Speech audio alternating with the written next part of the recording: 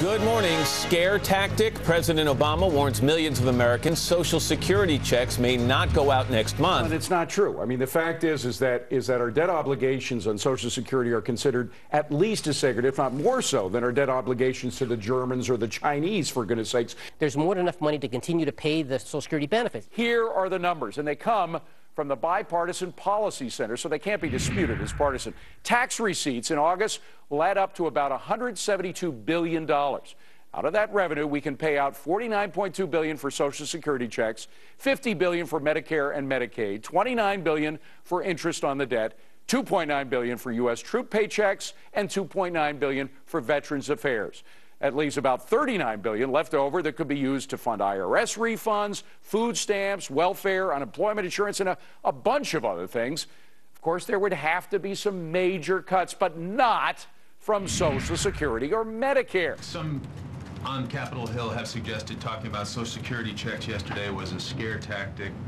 You guys have a response to that? The president's position has always been that we will not get to that point. The United States will not, for the first time in its history, default on its obligations. We're here today to announce a letter that we'll be sending to the President of the United States shortly.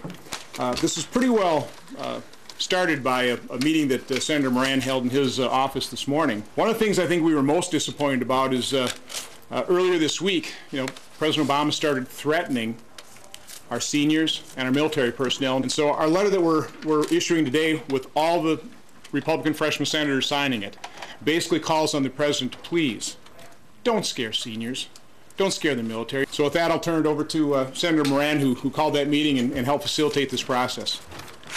Ron, thank you very much. I'm pleased to be with you and my colleagues, my freshman class Republican colleagues this afternoon. To express our support unanimously, to send a message to the White House. In my view, the White House is trivializing the concerns that Americans raised in the campaigns that we just went through.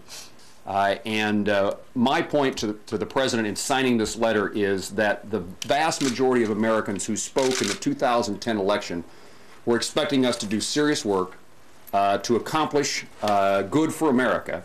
And the idea that we can revert back to the politics of usual of saying that Social Security recipients are not going to be paid or have the potential of not being paid is politics as usual. And that's what the American people rejected. The President, unfortunately, has fallen back into politics as usual. And it diminishes the voice that Americans spoke, the message they delivered in November of 2000.